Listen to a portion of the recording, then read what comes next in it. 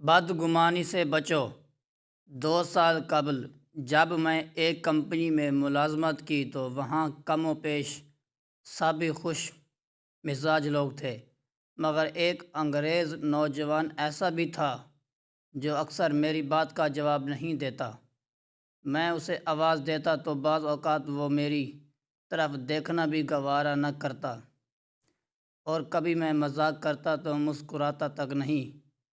میرے دل میں یہ بات آ گئی کہ کیسا بد مزاج آدمی ہے، شاید اپنی گوری چمڑی پر نازاں ہے۔ یہاں تک کہ 1 سال یوں ہی گزر گیا۔ پھر ایک روز اس نے کسی بات کے دوران مجھے بتایا کہ وہ سماج سے جزوی طور پر محروم ہے، اس لیے اکثر لوگوں کی باتیں سن نہیں پاتا۔ مجھ پر گھڑوں پانی پڑ گیا کہ میں کیسے اس سے اتنا عرصہ بدگمان رہا۔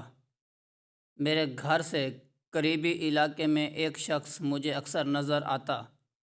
وہ ڈبل روٹی یا چپس کھاتا تو کافی سارا کونے میں پھینک دیتا۔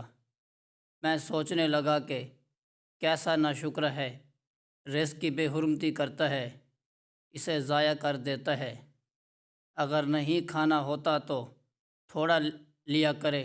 یہی سوچتے ایک روز اس سے آنکھیں چار ہوئیں تو اس نے مسکرا کر چمکتی آنکھوں کے ساتھ کہا کہ بھائی یہ دیکھو، یہ میں کیڑوں کو کھانا ڈالتا ہوں، انہیں کیسے رزق دیتا ہے۔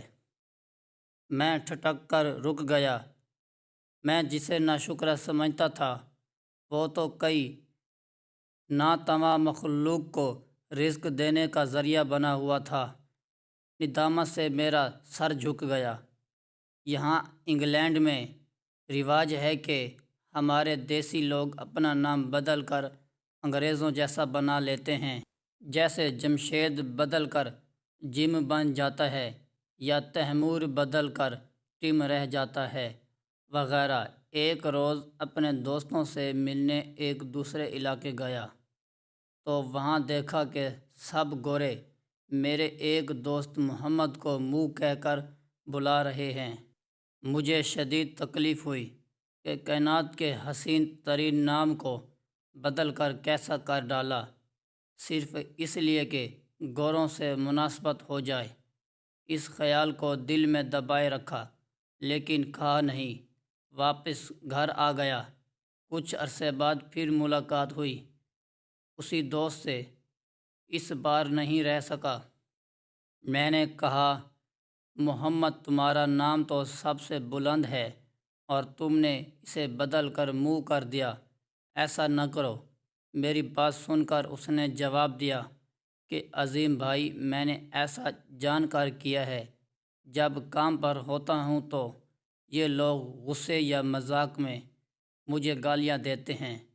میں نہیں چاہتا تھا کہ میرے نبی کے نام کے ساتھ کوئی نازیبا کلمہ یہ کہے، لہٰذا میں نے اپنا نام منہ لکھوا دیا تاکہ یہ منہ کو گالیاں دیں، محمد کو نہیں۔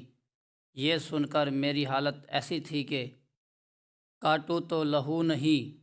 میں دہل گیا کہ اگر آج میری ملاقات نہ ہوتی اور میں اس سے یہ نہ پوچھتا تو ساری زندگی میں اپنے اس بھائی کے بارے میں بدگمانی سینے میں دبائے رکھتا۔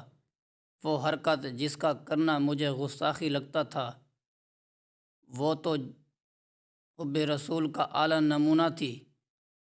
میں اب جان گیا ہوں، میں اب سمجھ گیا ہوں کہ میری یہ آنکھیں مجھے جو بھی دکھائیں، میں کسی کے بارے میں بدگمانی نہیں رکھوں گا۔